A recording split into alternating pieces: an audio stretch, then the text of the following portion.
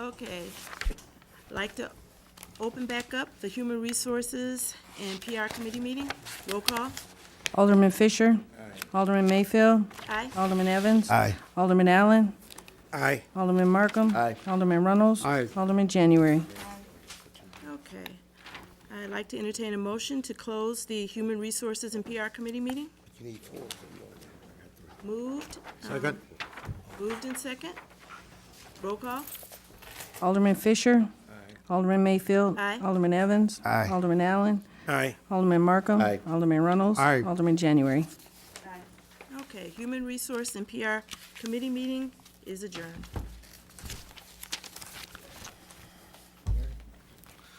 I'd like to open up the Public Works Committee meeting. Roll call. Alderman Fisher. Alderman Mayfield. Present. Alderman Evans. Here. Alderman Allen. Here. Alderman Markham. Present. Alderman Reynolds. Here. Alderman January. We have 5 items on our agenda. The first item is the review and discussion petition for Lake County Stormwater Management Commission certification. Item 2 is the review and discussion 3 proposals received for maintenance work associated refurbishing for water pumps at the water treatment plant. Item 3 is the review and discussion proposal received from Hatch Incorporation for the maintenance and calibration of the chemical systems installed at the water treatment plant.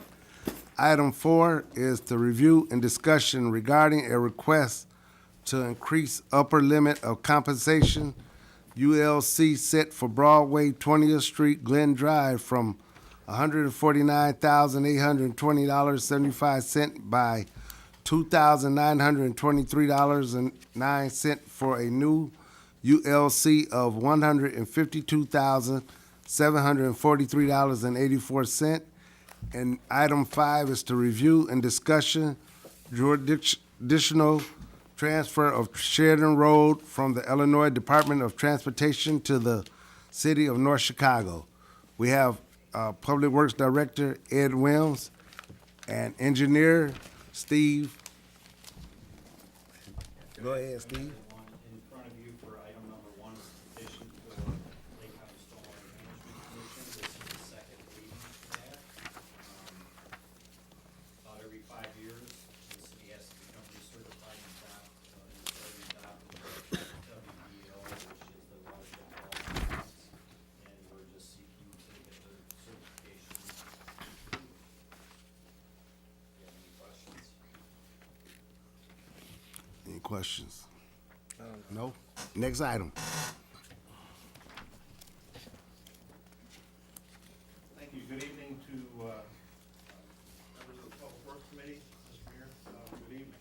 So this item is a review and discussion. This is the first reading of this. The documents were in your packets electronically. We've received 3 proposals from maintenance work associated with refurbishing 4 of the water plants, the water treatment plants.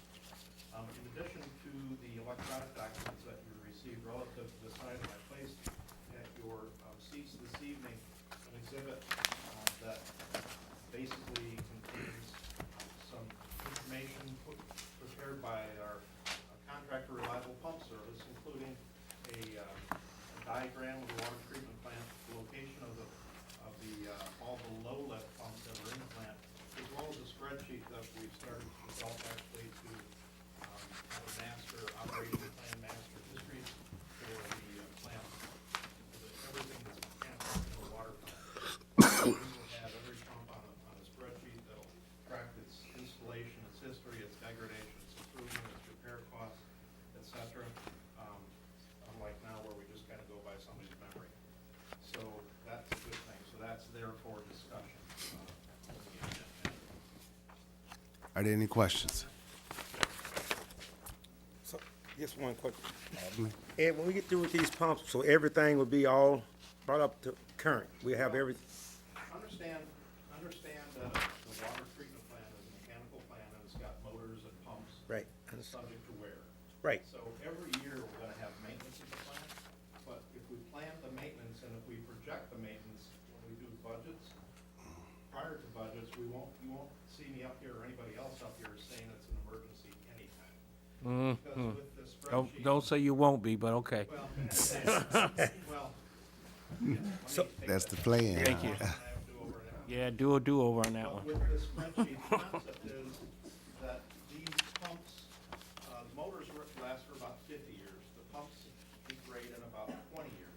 So we want to be able to know when we last serviced it. Right. What the optimum MGD on that pump is, what the current MGD is. And at that point, you know, what's our threshold where we want to consider rejuvenation. So it's not really that we replace anything in the plant, we're just rejuvenating it. We're putting new vanes in the impellers, we're rebuilding the motors, putting new brushes in it, greasing it, whatever. So if you look at that plant, at that spreadsheet, the next service date following the next PM is in the 2030s. So that should give, I know I'm not gonna be here by then, but that should give somebody an idea of how to fund for the future maintenance of the water plant on an annual basis. So that's what we wanna do, put everything mechanized at that plant. Are there any questions? Alderman Markham? So these are items, or this item is in the budget. Yes, yes. Under what? It's under the contract services fund. Okay. But it, so we'll probably do some of them in FY 19, calendar year 18. Some in maybe over 17 to 18, but, we'll definitely do a better job of knowing what all we want to do out of the plant with the next budget cycle, and I look forward to that. So with the budget as it is now, what you're requesting is a budgeted item. Yes. Thank you. Alderman January. I just wanna make sure, which pumps are you asking for, 5, 6, 7, and 8? Correct. And those are No, all, no. which ones are you asking for? 1, 2, And 3, 5 4. and 6, You need 5 and 6, and 1 and 2. 1 and 2. So last time, the 5 and 6, which are for Abby, were even serviced was back in 2001, is as far back as you can go? Yes. Number 6 has been out of service since anybody down at the plant remembers it, Right, and 5 has been, 2001. okay. And then 1 and 2 No, was, I just found an error in the spreadsheet. Flip Okay. 1 through 4 and 5 through 6, I've had them back. wait, what happened? So we're in the primary user where it has 1 through 4 and 5 through 6 on that draft spreadsheet. Uh-huh, Flip it. 1 through 4 is Abby, 5 through 6 is C. oh, 1 through 4? Okay, I see what you're saying. Because when you made your comment out of service for a long time, that reminded me that Abby pumps, we need all 4 of them to work every year. So I know that was an error that I didn't catch, I'm sorry. So you need pumps 1, 2, 3, and 4. You need all Abby pumps. No, not all the Abby pumps. City. Just the user is flipped. The pump numbers and the dates last service are correct. The dates last service in column with the We're years. correct, in there. we're the, Yeah, okay, it's I get just that. The primary user fields are backwards, Okay. where it says city, it should be Abby, where it says Abby, it Should should be be. city. Okay. Alderman Mayfield? Ed, do we do regular maintenance on these? So because they are a long-term maintenance item, we don't normally, it's not an item that we do annual maintenance on every year. Okay. For instance, if you look out to the rightmost column out there, following scheduled PM, the next service date, in the 2030s, you know, we'll do 1 pump a year for 10 years. And that'll be Okay. fine, because that's a regular cycle of maintenance. So the city pumps don't always run every day, they rotate the use of them, because we don't use enough water to require currently every pump to run every day. Abby, it's a total different situation. The only time we wanna take an Abby pump out of service is during the winter, when the water is the coldest and they can get their cooling with less volume of water. During the summer, when the water heats up, you get the cooling degrees they need more volume, which requires more pumps. You can rotate those. Yes. One more question. Alderman, Alderman Allen? And with all these pumps, I ain't no problem with getting them all up, but what's the cost? So, I didn't see anything. In your electronic document I packet. didn't see it in There here. was, no, it was with, we sent it to you electronically, there were 3 attachments. There's 3 different vendors. They run anywhere from 90,000 to 120,000 Okay. per pump. Per pump. We need. Okay, thank you. And they are so expensive, they're very big. Right. And they take a lot. Any other questions? Okay, the next item. Okay, the next item is, proposal received from HOP Incorporated, for, maintenance calibration of the chemical system. So this is, again, just a routine periodic maintenance item. Come before you every year at this time to reauthorize, that contract for the next year with HOP. It's proprietary systems, so it's not something that we can even get competitive bids for. It's a P&M and it's based upon, come down to the plant twice a year to calibrate the equipment, because the calibration is critically important because that regulates the chemicals that are added to the water treatment train. And HOC is a very reputable vendor that makes sure that our equipment is operating flawlessly. Any questions? Question.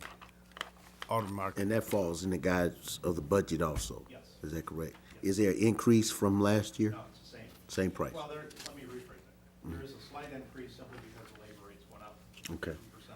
So it's a minor cost of living escalation. All right. Thank you, sir. But, so the documents you have in your packets also are the rates, but a lot of it is a if needed. So while there's a fair amount of money in that contract, we don't use anywhere near that amount of money annually to maintain the equipment. That's a, if we need to do it, that's what the, what the rate would be for the various services.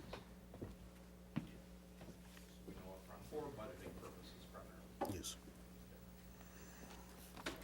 Item 4, request to increase the upper limit of compensation. You may recall, in fact, Attorney Silverman was counsel that evening when I added a couple percent to the contract amount, and he said I couldn't do that because we posted a number in the public notice, and therefore I couldn't add the upper limit to allow for the extras. So this is simply a matter to add that upper limit, add some money to it for some unanticipated needs that increase the cost, and it was for a message board and to add some quantities for the paving work on Broadway to get better pavement out there. Good. I'm sorry, Mayor? yeah, so this increase, they didn't, the contractor that was out working didn't foresee this? No, Mayor, we did not have a message board in the contract, so I asked them to put a message board out there so we could advise our residents of potential closure. Okay. So they had to build us for the message board, and then when they went to do the tying the pavement on Broadway, we had them add some additional quantity of pavement on Broadway, so they could actually get past all the broken and, Okay, so they we extended extended the limits. the limits, okay. Because it was a lump sum contract. So everything that was in the plans is what they did. They didn't have any issues with any of the quantities, just these 2 items. We added a piece of message board for 2 days, and then we added some square footage for pavement. Okay. Okay. Next item. And then, item 5, this is the first reading for this one also. Item 4, by the way, will be on council for this evening, so if you have any questions, be sure to let me know on that. Item 5 is, first reading. We had gone to, IDOT a couple years ago. You may recall me standing up here and saying that we were going to speak to IDOT about a possible jurisdictional transfer on shared this section of Sheridan Road is east of the railroad tracks, so it's from Martin Luther King south to the city limit. The reason for the jurisdictional transfer is because if we can, well, number one, you want to control gateways to your city whenever you can, so you can get it the way you want it. But number two, for this particular one, it was to allow us to be able to build the Clory Trail without having to, within the existing right-of-way. If we control both sides of the intersection, we can reassign the lanes. So there's an opportunity to do some lane reassignments, and I'll have the exhibit for you next meeting, and I can email it to you prior to that, and I apologize for not including it this time. But we prepared an exhibit that shows how the lanes will be reassigned and how they can fit within the existing right-of-way. So our request next meeting would be to allow the mayor to sign that jurisdictional transfer, so we can then own that pavement, so we can then get the lanes reassigned and then move ahead with that Clory Trail enhancement. So the county is gonna be building that. Are there any questions? Okay, I've got one other item, and just as an informational thing, we're currently taking bids, as you may recall, on all the squad cars. So the bid sheets are out at the comptroller's office for, the public, notices sent to every city employee that they're available for bidding. We've got 2 weeks, they're all sitting outside, north of the police lot in a row, all clearly identified, so it's, bidding is open. All right, Thank you. thank you. Alderman Markham? Is it possible for this vehicle maintenance report to be sent electronically? Yes, it certainly is. Okay. And I would ask that we definitely do it. So the reason that that was not included in your packet, and thank you for bringing that up, because that is a date-driven document. I can't just, if I want the whole report for the month of November, by the time I can pull the November data, I'm past the clerk's deadlines for document including electronically, hence the packet sitting on your desk. Otherwise, if the dates fall, we can get it included with your packet. Okay. But there's 4 reports in there, I think they're pretty interesting. The first report is a summary report by product. So we have 2 products, we have regular gas and diesel. The next 2 reports are summary reports by vehicle and summary reports by driver, by department. And we still have to scrub some of those keys to get them into the right departments, so my fleet mechanic didn't necessarily want to release those because the departmental accounting, if you will, is absolutely, I mean, it's not absolutely perfect. Let's wait till it's perfect, and let's get more reports. And then the following 2 reports are detail by vehicle and detail by driver, listing the aggregate gallons of vehicles used and an aggregate gallons that the driver pumped. So I think they're interesting reports. What I find particularly useful is the mileage that are shown on there. You see some of the miles are out of whack, so that's clearly an entry error. Right. We don't have really tight edits on that right now because we want people to get used to the system. They believe that the edits are in fact in there, so I believe they're entering the right data simply by looking at most of the mileage. So that mileage is what's gonna drive the maintenance for CFA. And so, while they're still working on the electronic link between the 2, Body is using that mileage to schedule service. We've set up a fleet maintenance calendar, so he can proactively request that a vehicle be brought over or taken out of service for maintenance. Any questions? Okay, thank you, Ed. At this time, I would like to adjourn the Public Works Committee meeting. Roll call. So moved. Moved by Alderman Allen, second by Alderman January. Roll call. Alderman Fisher. Alderman Mayfield. Aye. Alderman Evans. Aye. Alderman Allen. Aye. Alderman Markham. Aye. Alderman Runnels. Aye. Alderman January. Aye. I'd like to open up the Finance Committee meeting. Roll call. Alderman Fisher. Alderman Mayfield. Present? Alderman Evans. Here. Alderman Allen. Here. Alderman Markham. Present. Alderman Reynolds. Present. Alderman January. One item agenda, review and discussion property tax levy. Good evening, Mary. Good evening. Tonight for your review, I have prepared a couple different scenarios that I thought we'd talk about. Before we give you the, final proposals for your next year's property tax levy. Does everybody have the worksheet? Worksheet's set up in two sections, top to bottom. The bottom section is, how the scenarios play out in average, in a specific case, but really we're gonna talk first about the top part of the sheet, which lays out three different possible scenarios for, property tax levy for next year. The first column, which I did in green, is this year's levy, so I put that as the baseline. The following three scenarios, scenario one is basically, no bottom line increase. Scenario two is full funding of your pension liability. That was one of the items that was discussed at last week's meeting, so we wanted to run the numbers and give you what those numbers look like. And then scenario three would be the, 4.99% increase. So, I wanna walk through the numbers, a little bit more detail. I'll say that, one of the things that drives the increases here is, if you look under the general obligation section, this is for the second part of the table. You can see if you kind of compare up and back that, your debt service payments next year are gonna go up a little bit. They're gonna go up about $50,000. So in scenario one, to balance it out to last year's number, with these two totals here, 9.895, and scenario one's got the same number at the bottom, 9.895.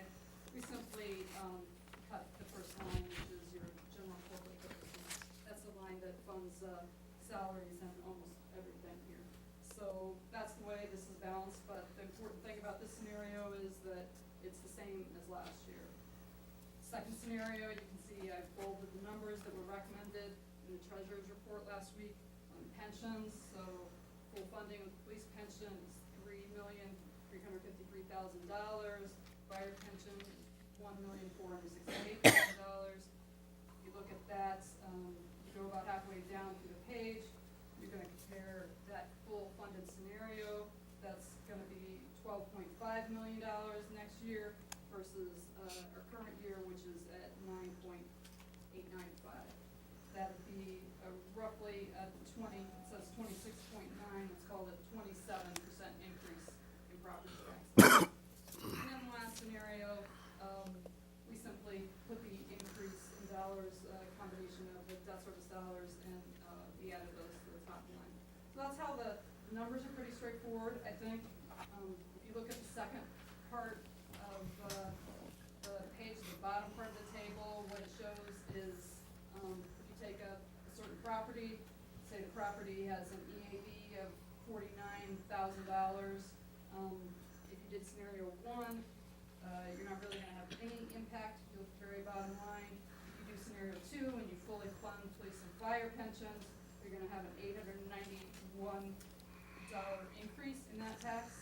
And if you look at scenario three, which is a little under a 5% increase, you're gonna, that particular taxpayer would pay $158 more under, with 4.9%. So these numbers are really for your review and your discussion. I can take questions on how they're set up, but I think the main objective here tonight is before we run a million different scenarios, we want to get an idea from council of where they want to go for next year. Because putting together the numbers isn't hard, making decisions about priorities is the difficult part, and that really falls to council. So if you want to take some questions, I can take some questions. I can also talk a little bit about the budget and some potential cuts that you might have to make to do scenario one. Questions, anyone?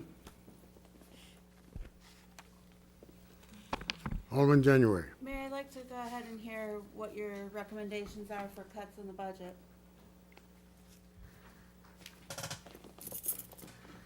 Budget, I worked with all of you putting together last last year's budget. And, the upcoming budget's gonna be no different than the last budget. You've got 75% of your general fund expenditures are for labor costs. So healthcare, collective bargaining, pensions are gonna continue to drive up costs for you next year. So, you know, headcount is an issue for you. You've also got a major unfunded pension liability. That's a piece that's hard for you. And then I would say a third problem that I think is important, you all may have different views of it a little bit, is we have deferred maintenance. I was just up here talking about deferred maintenance issues since I've been in this building.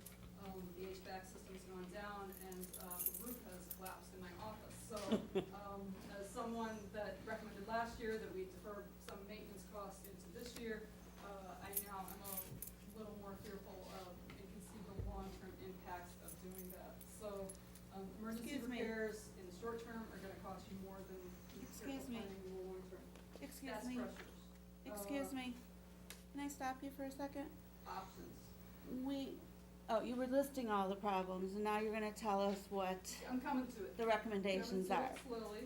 Okay, because I asked for recommendations, we all know what the problems are, so, Well, thank you. I wanna highlight one other problem for this group, which is really a new problem. Those are the problems on the expenditure side, and on the revenue side, you have some weakness in your residential, property values and, cuts at the state level. So that's gonna that's gonna make it harder than last year to balance this year's budget. Things that we've talked about internally, and I know we've talked about here in front of council for, addressing this structural problem that you have here are, one option is an early retirement.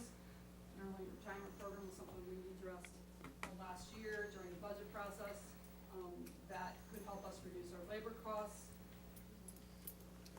Consolidations, shared services, I don't wanna speak in detail, maybe the mayor can jump in and talk, about, I don't know if we're ready to talk, publicly about that, but I know in private, we've certainly talked about consolidations, especially where we can share with Lake County or other locations, several different types of services. So that there are a couple places there that have big potential for helping us, balance the budget next year. And automation is an issue everywhere. Sometimes automation in the first year, you don't see the savings because you have upfront costs on the IT side. Certainly in my office, we do everything manually, and we do something which I think Victor and I would secretly laugh is working harder, not smarter. So, there's potential there in the way we do business here to lower our staff size by doing things electronically. And then lastly, downsizing. Downsizing your staff is, I think, what I talked about. This is maybe my year anniversary here, and so I'm pretty sure a year ago when I came here, one of the things I said, your biggest cost is labor. So looking at your staff and seeing where you can make strategic cuts and reorganizing departments, those are all things that I would think should be on the table. Anyone else? Alderman Mayfield. Mary, I know you mentioned the state cuts. Can you elaborate a little bit more how much the state has now cut the monies to municipalities? Approximately, for the city of North Chicago, it's approximately $300,000. Okay. Thank you. Anyone else? Uh, Mayor?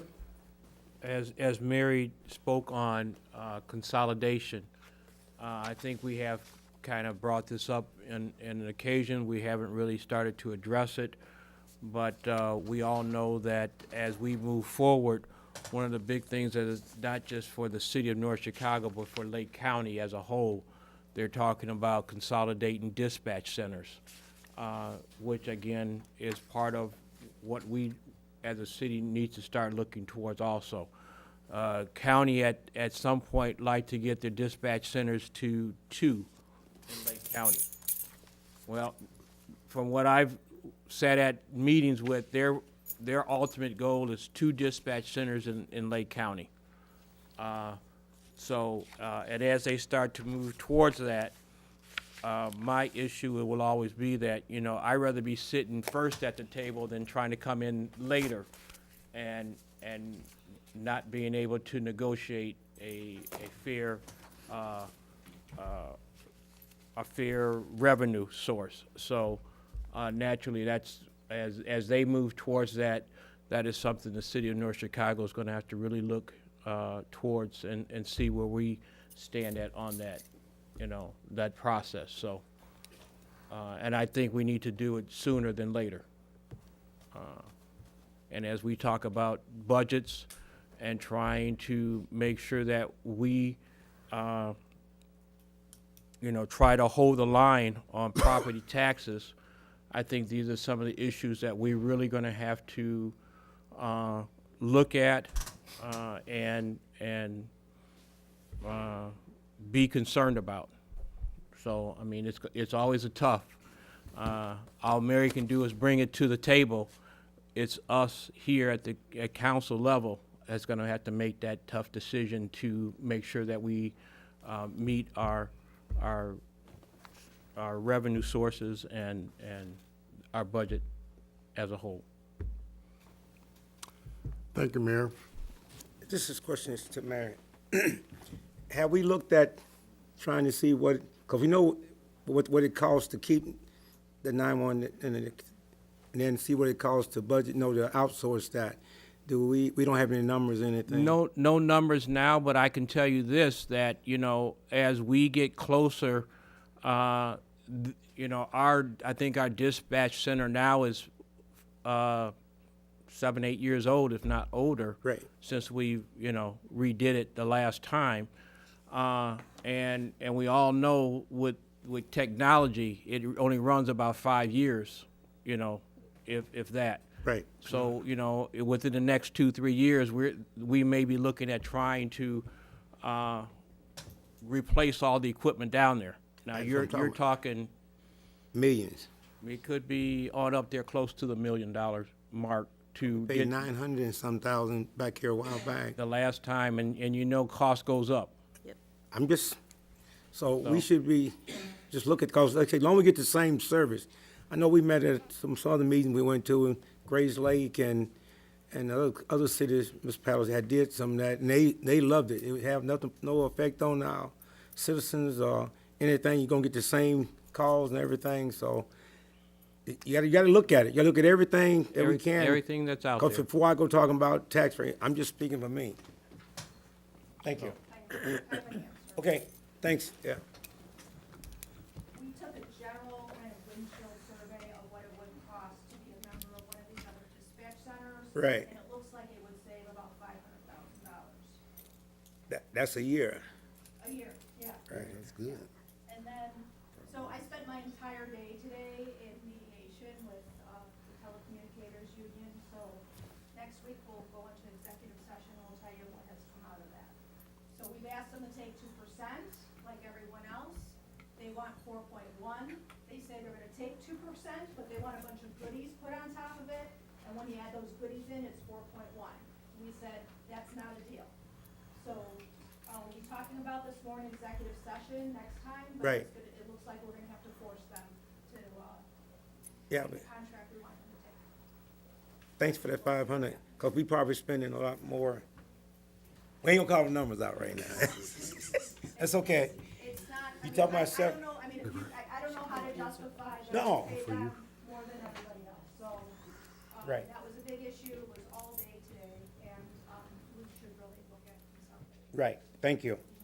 Alderman January.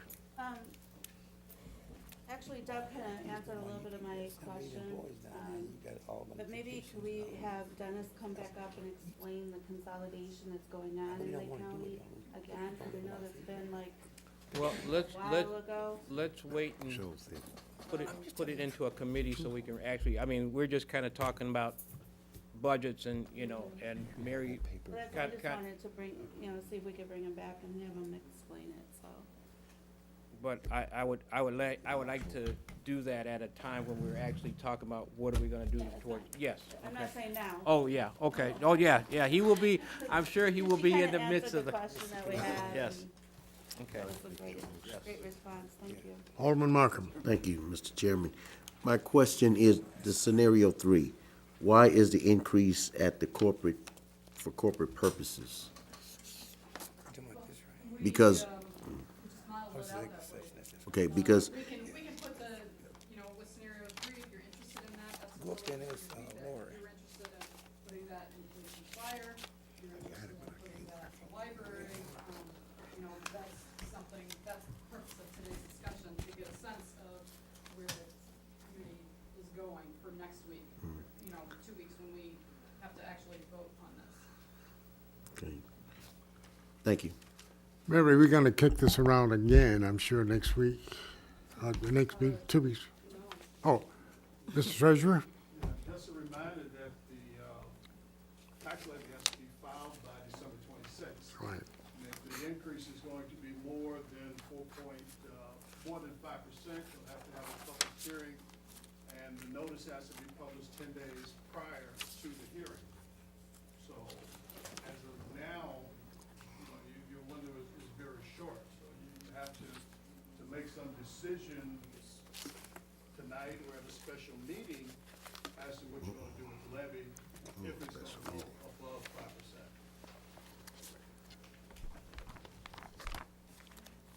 Council?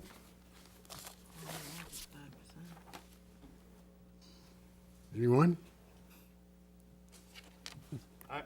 Mayor? Let me just say, though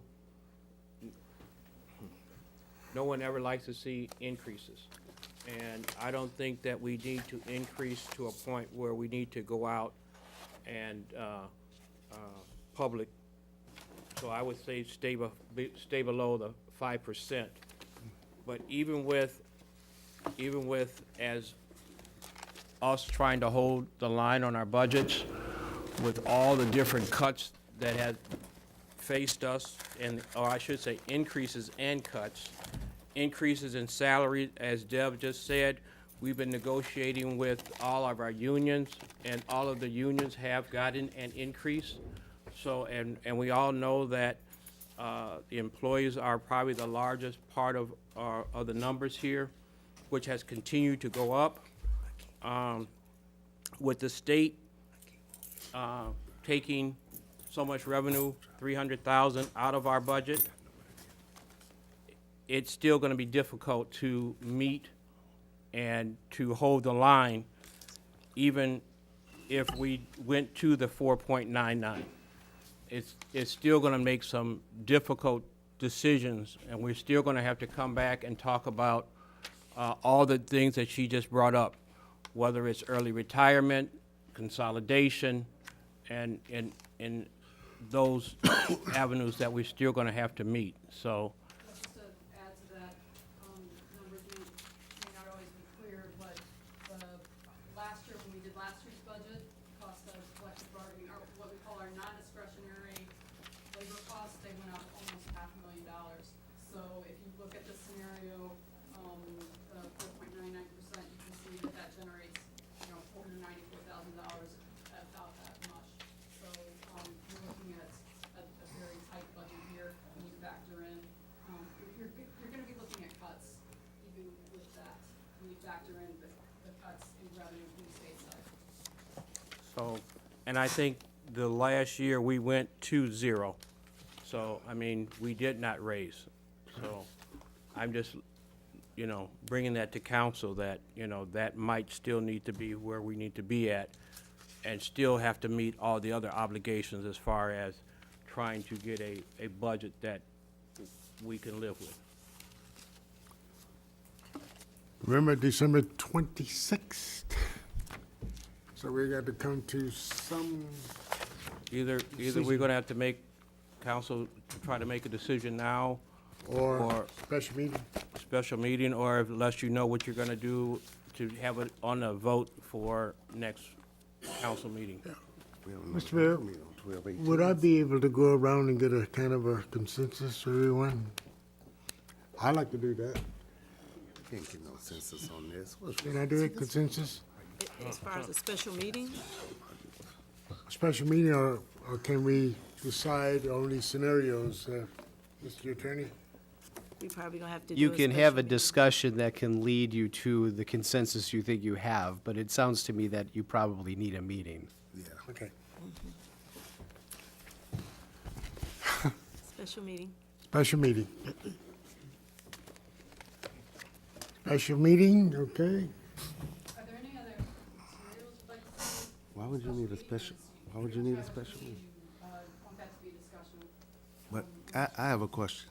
Why would we need a special meeting and we got a meeting on the 18th?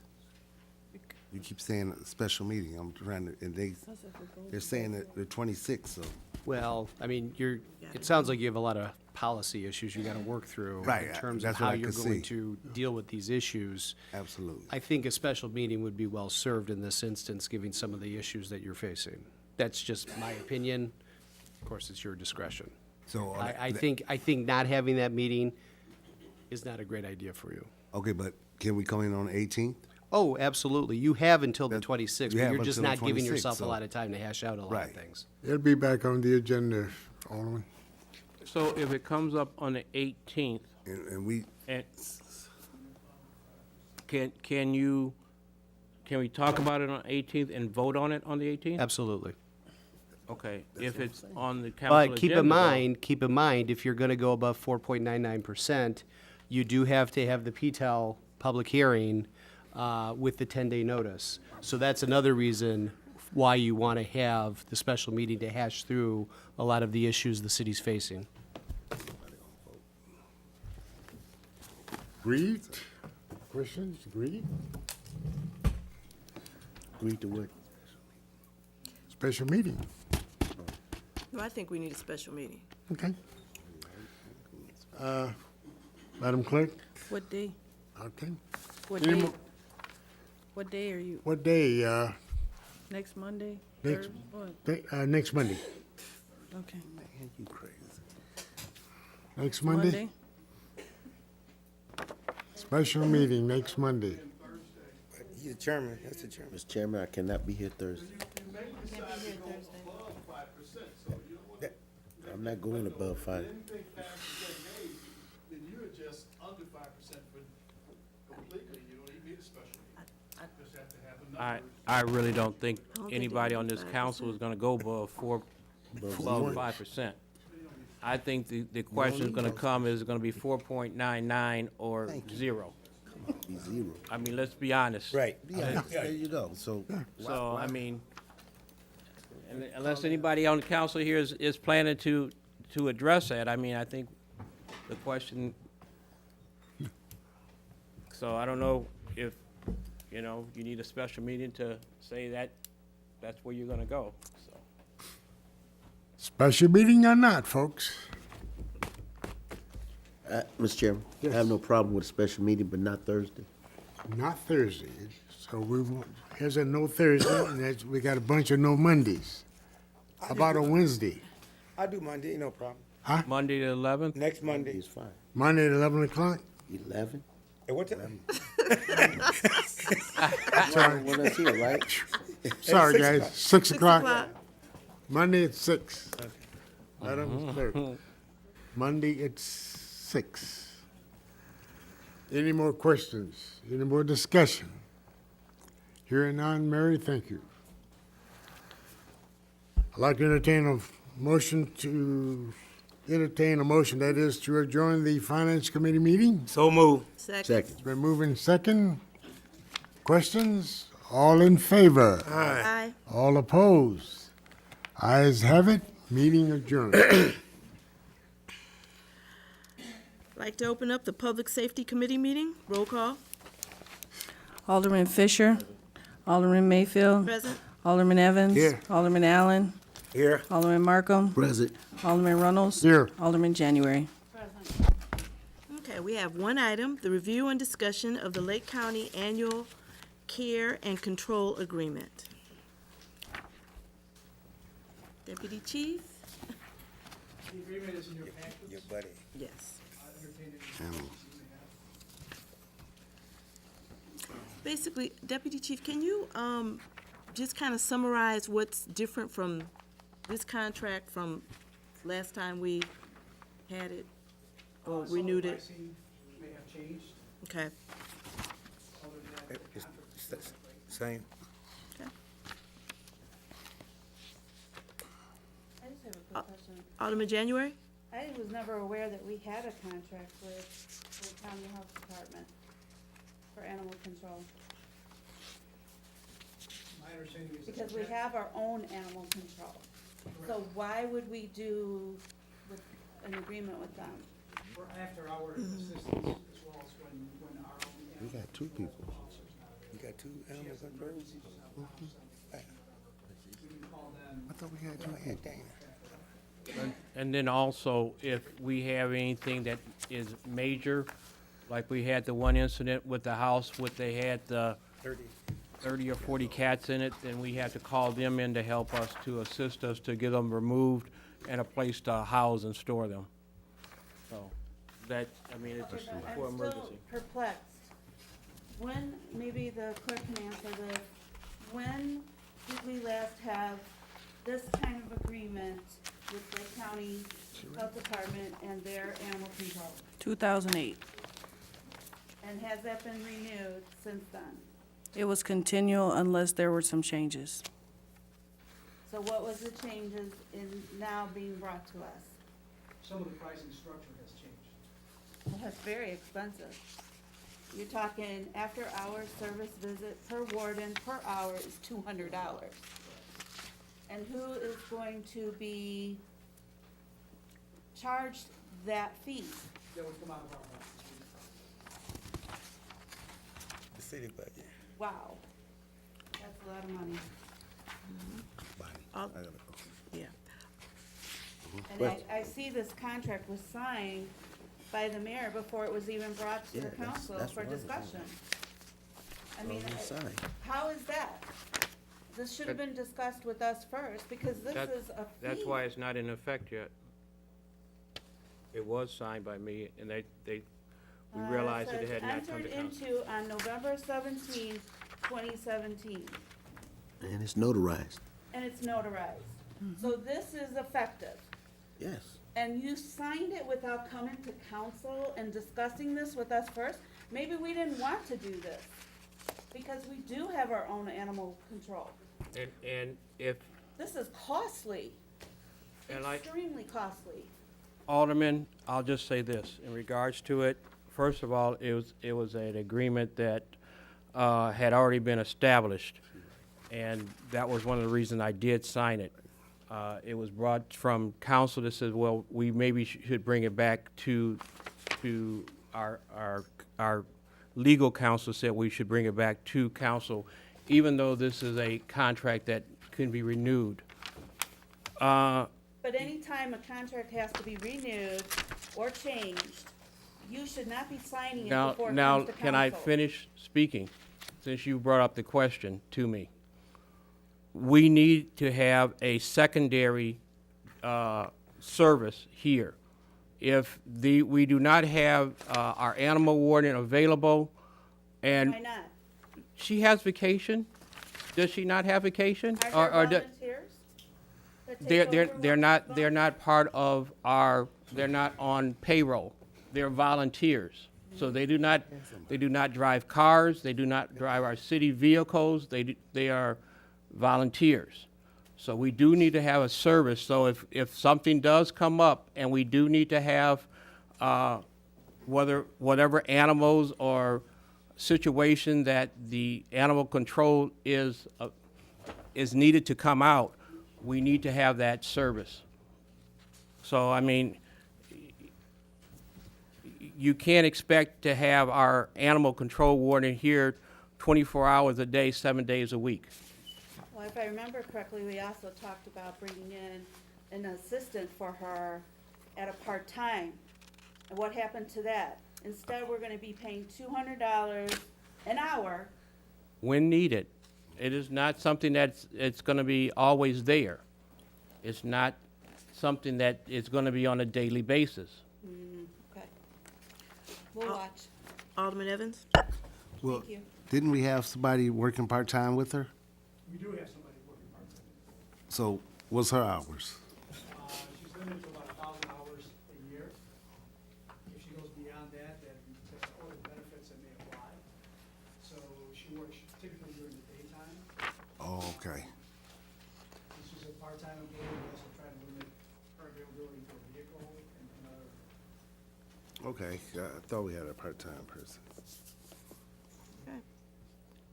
Now, without a contract, for example, if they come out during business hours, they'll charge us $200 an hour. With the contract, it's $50. After hours, $200 an hour is what they'll charge us, but we need to use them for something that's beyond our capabilities during the daytime.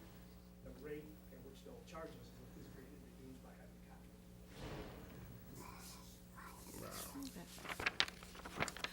Deputy Chief, oh, I'm sorry, Alderman, I'm calling you next. Deputy Chief, how often do we have them come out? During the time that I've been here, ma'am, I don't believe they've ever. Okay, so this isn't something that we use a lot. This is due to an emergency. Otherwise, we try to handle this in-house, pretty much. Okay, but we need this for a backup. Okay, Alderman Markham. I just wanted to ask a question because a while back, we had a meeting here about the cat situation. But a question came up about raccoon. And the gentleman has stated that there was a raccoon in his garage, and I believe they came out, not the warden, our warden, and just told him that, you know, he had to do certain things. They didn't even try and capture the raccoon. So my question is, they're gonna charge us just to come out and tell us that we have to do something? Or are they actually going to do something about the problem? Is in a resident's property, there's not much we can do about it. Okay, so this is just for quote-unquote, in a general sense, city situations where you, the police department would call, not the resident? Correct. Okay, Okay, thank you. you're welcome. Additional questions? Just got one. Alderman Allen? You said second person that we use for part-time. Can you rotate that person since you, like at nighttime or something, we need us to the call, and Dana Ann, could you call? Or she's not able to drive, she's not allowed to drive the vehicle, I'm just asking. I'd rather not do that. I'm just asking. I'd rather have Dana come out, or we'll handle it if we can. Now, if it goes beyond the police department's capability, obviously, we need an expert, we'll call someone. Okay, thank you. I got one more question. Alderman Evans? Since we have, Dana works from 9 to 5, Yes, sir. a lot of things don't happen at 9 o'clock with these animals. Is it possible to change those hours so that it's fitting for the city? We can look at it. You know, that, I think that will benefit the city by just changing the hours, because a lot of times at 9 o'clock in the morning, you don't get a lot of phone calls regarding animals. If you maybe start in the afternoon and go into the evening time, it would help prevent a lot of different things. If you start at 12 o'clock to 8 o'clock, that will prevent a lot that's going on. And then have that part-time person maybe come in the morning to fill in those, that from 8 to 12. That's something we can do. Okay. All right. Any other additional questions? So I just want to reiterate, this Deputy Chief has been here for a year and a half, and we have never used this. So this is definitely backup. It's not something that we're using on a regular basis. So just so everybody understands that. Okay, any additional questions? Okay. Thank you. Okay, I'd like to entertain a motion to close the Public Safety Committee meeting. So move. Second. Moved in second. Roll call. Alderman Fisher. Alderman Mayfield. Aye. Alderman Evans. Aye. Alderman Allen. Aye. Alderman Markham. Aye. Alderman Reynolds. Aye. Alderman January. Public Safety Committee meeting closed. I want to make a motion that we, I'll wait till she get done. Okay, I'll just wait until you get done. I'd like to open up the Economic Development Planning and Zoning Committee meeting. Roll call. Alderman Fisher. Alderman Mayfield. Present. Alderman Evans. Here. Alderman Allen. Here, Alderman Markham. Present. Alderman Reynolds. Here. Alderman January. we have two items on the agenda, review and discuss Kings and Conviction Brewery Company at 3150 Skokie Highway. We got Victor, and you probably got a slide, PowerPoint. Go ahead, Victor. I do. Thank you very much. The last couple of weeks, I've been talking to you about some of the development interests that we've seen along the west side of Skokie Highway. To take it one step further, we recently brought in a proposal from Kane McKenna and Associates to have Kane McKenna Associates assist us with expanding the Skokie Highway TIF to include properties west of Skokie Highway because we were seeing great interest in parcels, whether they were for parcels for buildings that exist or parcels that had redevelopment potential, or for that matter, parcels that had development potentials. And so the Kings and Convicts Brewing Company is one business that we have been talking to for the last couple of weeks. This is a business that's currently located in Highwood, a business that's growing leaps and bounds. And here tonight you have Chris Bradley and Brandon Waters that would like your time and want an opportunity to share with you their vision for a parcel that's located on the west side of Skokie Highway, just north of Uline. It's a parcel that's 3.5 acres in size. And again, they want to use this opportunity to provide you with a little bit of history of who they are, who their company is, and again, their vision for that 3.5 acre site on Skokie Highway. So without further ado, I will pass it over to Chris and Brandon for their presentation. Hi, everybody. My name is Brendan Waters. I am the convict of Kings and Convicts, and this is Chris Bradley. He is the king of Kings and Convicts. Chris is English. He is the king. I'm Australian, therefore I'm the convict. A long time ago, when the Americas kicked out all of the English, you had a little bit of a to-do, and the English then needed to find somewhere else to ship all their unwanted. That's how Australia came about. So Australia was full of convicts that were shipped from England. They got all of the Irish and the English and the Scottish and any of the people they didn't want and shipped them to Australia. That's worked out pretty good. So we came to the United States. We've got a background, we've got business backgrounds, but we have also had brewing backgrounds. Here about a year and a half ago, we started brewing in Highwood. It is a production brewery where we brew American-style beers, but we bring influences from England and Australia and from around the world. Fortunately, we've been able to live in different places all over the world, and what we've done is we brew beers that appeal to the American tastes, but we have a little bit of a story behind every single beer, and we have a story behind everything that we do, but we bring ingredients, so we use hops from Australia and New Zealand and the United States. We use grains from England, from Canada, from France, and so we bring that in and do things. It's normal craft beer, but we just put a little bit of a different spin on it. So we have, again, we commenced operations in February 2017, but we'd been in the site in Highwood growing and brewing our beers and getting all of our recipes right for the better part of a year. We opened up to the public only in May of this year. Now, one of the things that we do that's a little bit different to a lot of other craft breweries, we self-distribute, so we don't have a distributor. So when people turn up to take your beer away and take it to restaurants or bars, we actually do that ourselves. So we are a self-distribution brewery. Illinois law changed a while ago on the back of Revolution Brewing down in the city of Chicago to enable breweries, smaller ones, to get going, and that's what they did, and we jumped in at that point. So we have been going along at a pretty rapid pace here. We have 12 beers, 5 of which are in cans, a 6th that we're about to put in cans. So our current existing brewing operations, we have our own ability to can on site, and then we have a small tasting room. And what we've seen over the course of the last 6 months since we've opened, a great deal of interest in our brewery, in our brand, in our beers, and also in the site itself. But one of the problems that we've got in Highwood, and we want to say we love working with the city of Highwood, they've been fantastic, but there's no site big enough to do what our next stage is. We were going to be at this stage about a year and a half from now, But because of demand and where things are going, we see a tremendous opportunity at the moment on a number of different levels. So we've already got over 100 active accounts in 6 months. So we're on tap in bars and restaurants. We are in Benny's, we're in Sunset Foods, we're in a number of retail and liquor stores, and we've also penetrated down into the city of Chicago. So around Wrigley and the north side, we are on tap at a bunch of different places. And part of the reason is that we are a little bit different. We're brewing good beer, but we're telling a bit of a story. And so with the move on the craft beer scene, we seem to have hit it at a certain point, especially in the north side here.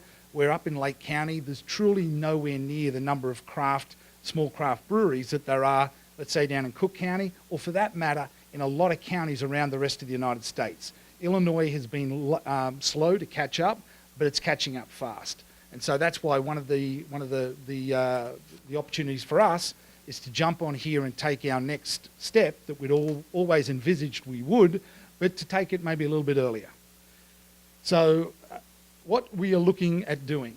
So we wish to make, we have not made some massive leap and bound. There are other breweries around the country. There are other breweries in the city of Chicago, but there are ones that we have looked at and modeled on. We've been to over 50 different breweries throughout Washington State, Oregon, California, Michigan, Minnesota just recently, then all the way down into Indiana and back, as well as DC and Texas. And we've been looking at how these craft breweries that jumped in and then started growing rapidly were able to succeed by going to the next level. And part of it is this.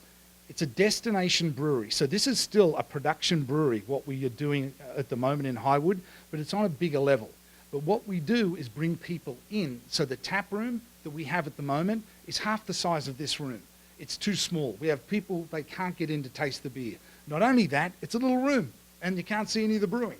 And so you're in there having a beer, but we tell the story, but there's something about viewing the brewing and having the ability to go in, taste your beer, look at the big shiny equipment, the big stainless steel brew house that is going through this, and people, they're attracted to that.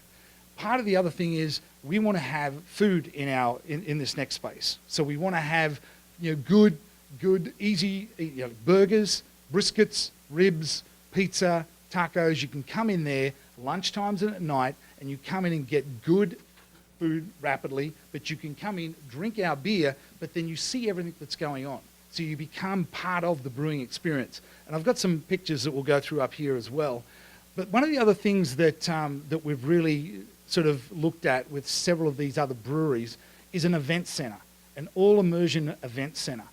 We have had so many people come and request of us already to rent out our brewery, to come and do either weddings, bar mitzvahs, corporate banquets, all of these things that they want to come in and set up around there, but we just can't do it.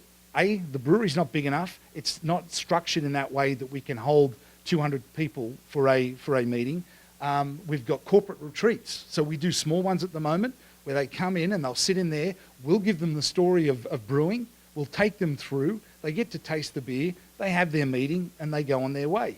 This event center that we are looking at is modeled on one of the breweries in Minnesota that has done exceptionally well. And what that event center does, it's catered outside, but you consume our beer, but you are on the second level looking over the energy of the tap room, all of the stainless steel, all of the brew house operations. It's part of, you're in a destination event center.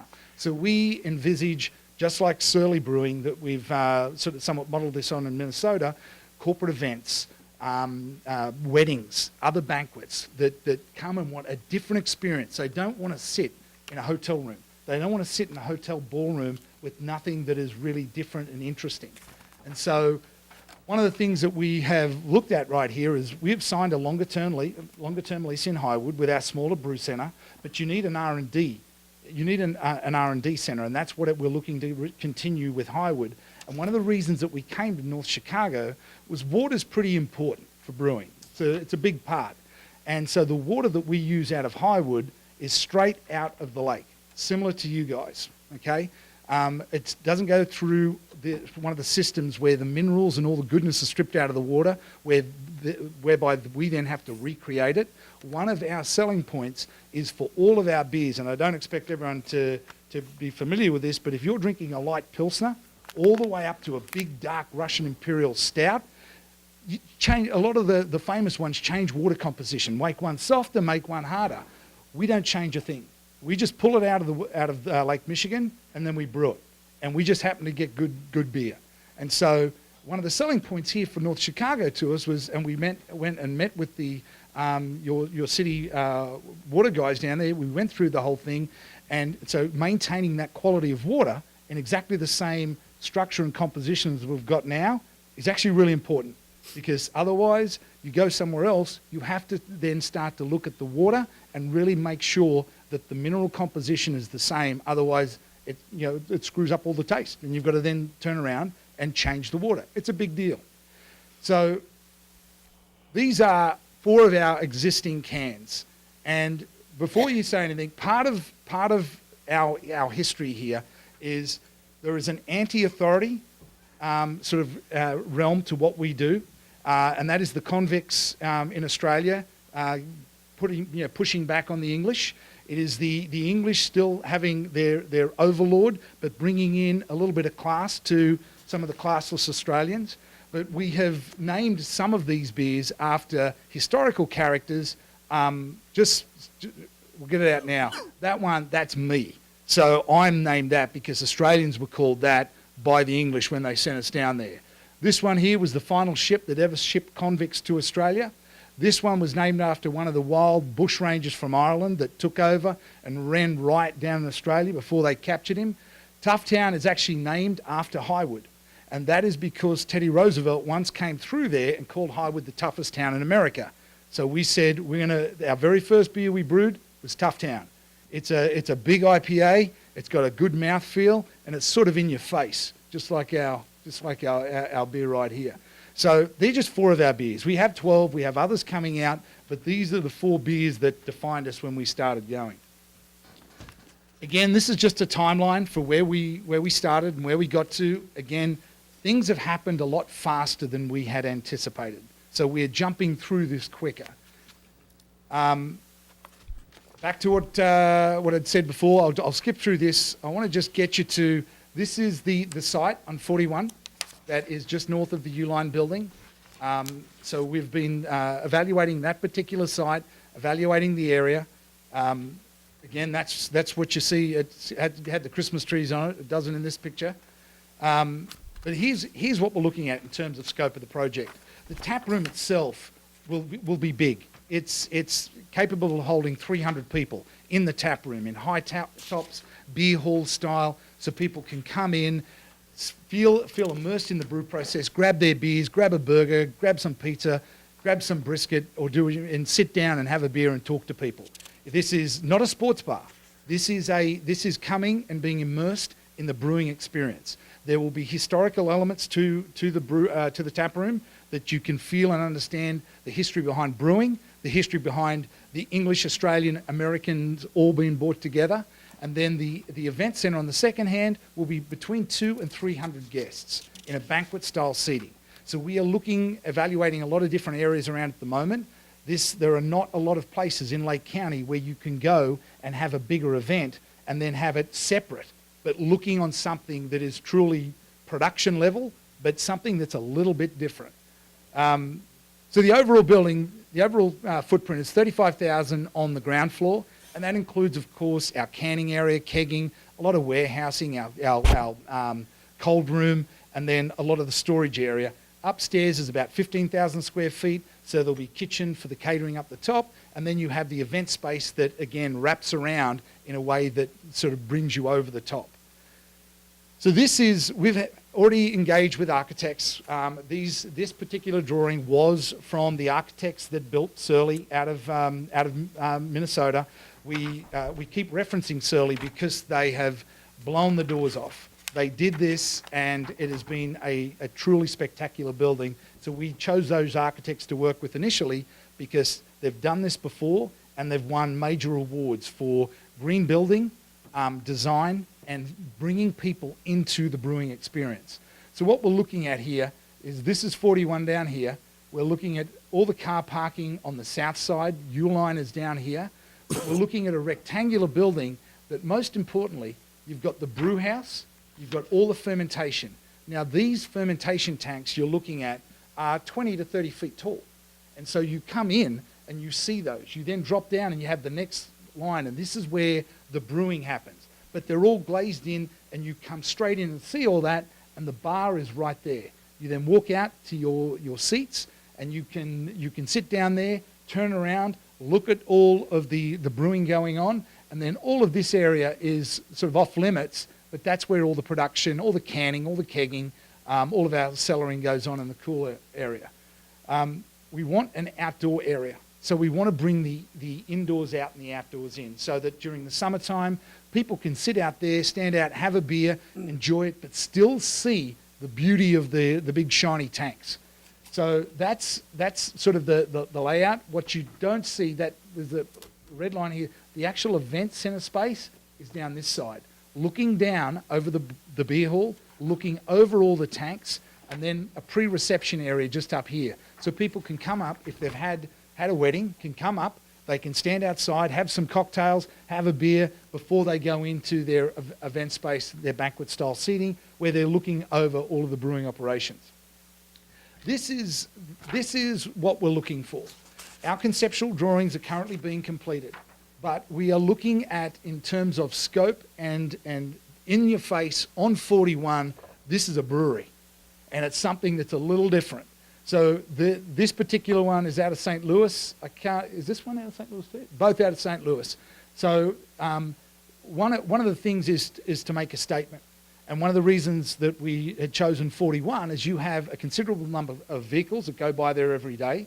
We need access for trucks. We need access for people to come in, lunchtimes, dinner, to come in and be able to easily get in and get out. But also a statement where you're coming along and you are seeing a brewery, a destination brewery right on 41. Out the back of house operations, this is more of the industrial look and feel that will be out the back. There will be tours done that will encompass this, but this is out the back where a lot of the grunt work, the cellaring and the kegging goes on. This is Surly. So this is the model that we are looking at, but it is not, what we said to them is what works in Minnesota won't naturally work in Chicago. And so we want things, quite frankly, that are a little bit more industrial, a little bit more Chicago, a little bit more grunt. And so it's beautiful. And this is somewhat what we'll have in the tap room. The event space will be somewhat similar, looking down over all the brewing equipment. But the actual design and architecture is very Minnesotan.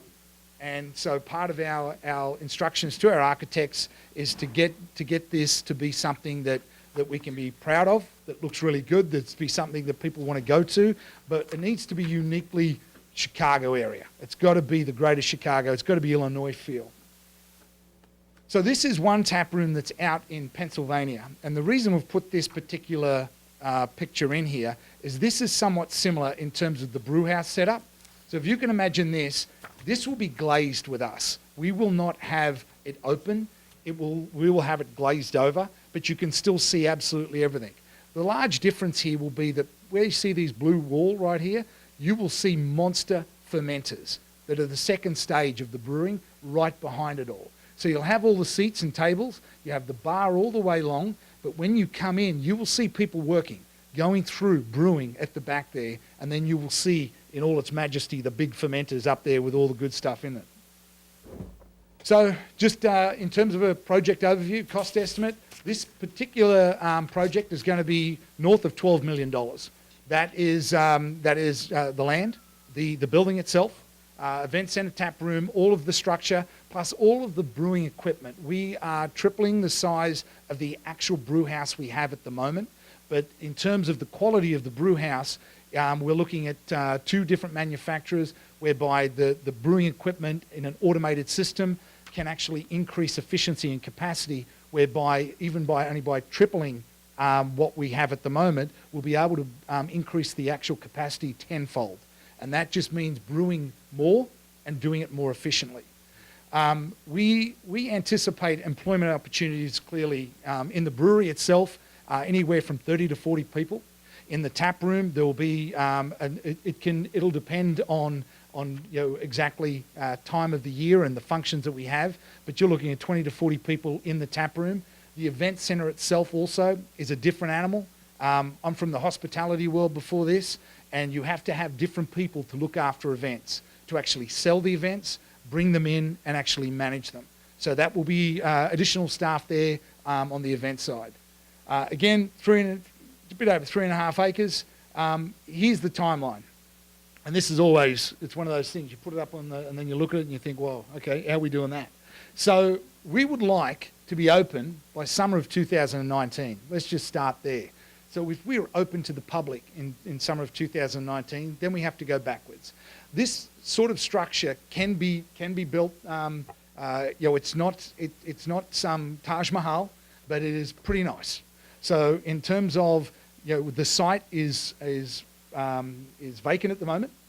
The trees are off it, and so it would need to. We have to go through the finalisation of a couple of things in due diligence, but then we start to proceed down that path. If we could break ground sometime in summer of 2018, we order all the brew house equipment. We've already met with the manufacturers. That can come and be on site sometime around about April through to June, July of summer of 2019. The beauty that we have is that we already have a brewery that's brewing. So it's pretty easy to put that beer in there and bring it up and get going, as this whole thing takes flight. But that's the timeline. That's may seem aggressive, but then again, everything that we've done so far has been like that too. Questions? Just 1 second.